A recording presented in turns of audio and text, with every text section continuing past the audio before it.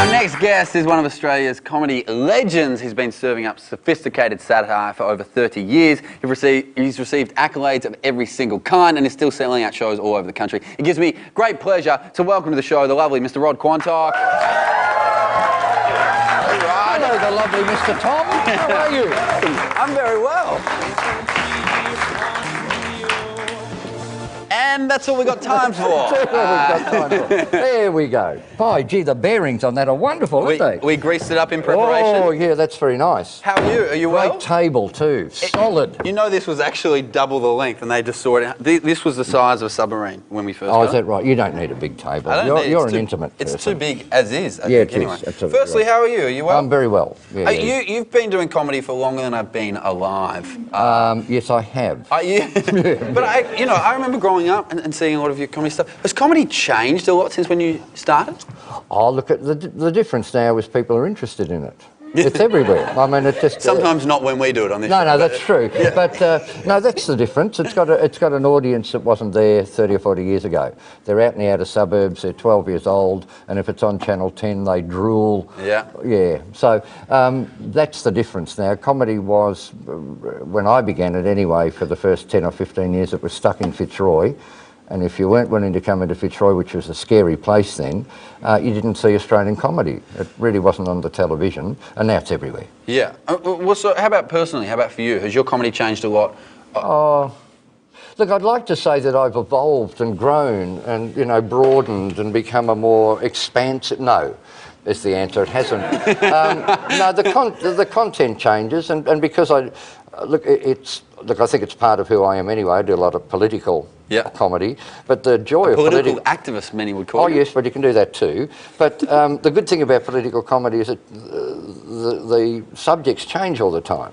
So politics is always funny. Yeah. I mean, politicians write your material for you, and if they don't write it, Andrew Bolt writes it, but there's always somebody writing your material for you if you do comedy. If you're sort of, you're dependent on observing people in the street and making comments of the sort of Seinfeld kind, well, I give up, I can't do that, and I would have given up a long time ago if that was my sort of comedy. Well, I'm going to say political kind of, even socially minded path that you've gone down, most recently has seen you tackle a lot of climate change.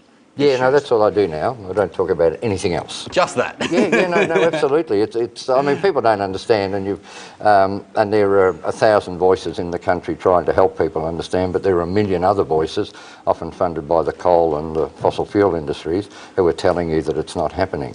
So the little voices like mine have no impact. So, all I can do is just keep saying it and saying it and saying it, and hoping that people will begin to pay attention. Well, I guess I don't mean... Can you turn the lights out on these buildings? It's very wasteful. we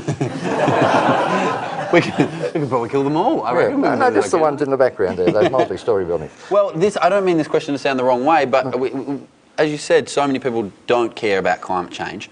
Why do you? Well... Look, there are days when I can't talk about it and days when I can, and I'm in a sort of halfway house at the moment, because it really will, if there's anybody in the audience, hand up to people in the audience under 30, well then you should worry about climate change, because your world will be completely and utterly gone. By the time these people reach 70 or 80, there will be nothing left for them. 90% of every species on the planet will be gone. Australia will be a desert. We'll be getting days of 60 and 70 degrees here in Melbourne with no water. You won't be able to burn coal anymore, because we'll wake up at about 2050 that we've got to stop burning it. It means the end of life on the planet, and people don't understand that. And that's a really hard thing to tell people. It is, and it's not one that makes you go... Hooray! Let's go and see that man. He's funny. Yeah. He's going to tell us we're all going to die. So when I became aware of that, and it's not, you sort of, I started reading about it. I was actually reading about the fact that oil's going to run out. So that's something else that people won't talk about. And the oil's running out. Thanks to BP, it's running out a lot faster than we thought it was. But the oil's running out, and nobody will talk to you about that. People keep saying, well, we'll get a hybrid car, but nobody here will be able to afford petrol in 20 years' time.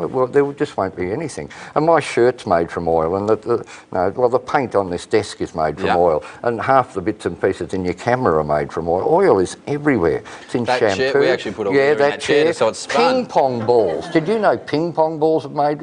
I didn't. Can you close your eyes and imagine a world without ping pong balls? Yeah. You can't, can you? You can't. It makes the ping pong tables pretty much useless. Yeah, absolutely. There you go. Hey, you know, Rod, I did want to play a quick game with you. Your last show was entitled "The People We Should Eat First and How to Cook Them." That's right. Yes. Yeah. And basically, it was when the world gets to that state, who's going to go first? Well, the people we should eat first are the people who's telling us the world's not going in that direction. They're the people we should eat first. So Tony Abbott was high on my list. Wow. Let's put some actual names to this. Let's play the people we should eat first. Yay! Bum, ba, da, bum, ba, da, bum.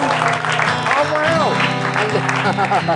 And there's a graphic and everything. Now, going with the theme of this, we didn't want to use any kind of technology at all that might use any power to make the board, so rearranging these names, and so the top is the people we're going to eat first. All right, well, I'm going to put Daryl Summers down the bottom because in comparison to Daryl Summers, this show is the greatest thing that ever appeared on television. So you need that comparison. Okay, okay. That's very important. He's staying. Who's Miranda Kerr? Miranda Kerr is the model. She once said she was also a very big fan of saving the environment because she does things like takes her mobile phone charger out of the wall when it's not charging. Yeah. And then when they asked her of other things, there we go. Okay. All right. Jason Ackerman. Yeah. No. Look. Now, see, Tony Abbott's difficult because, in fact, both of these are difficult because they're fit human beings. There's no fat on them. You're right. There's nothing to eat. You know, that's a hard thing. And I was doing a show one night and I said, Tony Abbott, we should cook Tony Abbott. And then I thought, well, you can only do chops out of that sort of meat. It's that stuff you burn on the barbecue and when it's black, you put sauce on it and you eat it. But a woman in the audience who must have been watching MasterChef and understood food, she said, soup. Boil him up for soup. Okay. So I came up with a soup which was called creme de la abo au crouton de la budgie. And it's just a little soup with two little budgies floating in the soup like that. So Tony Abbott's always high. I know Hugh Jackman because he was on Martha Stewart. It's funny how you know people, isn't it? Oh, we don't care about Jason Ackermanis. Penny Wong, we'll put Penny Wong second because these are the people who can make a difference and won't. And then Hugh...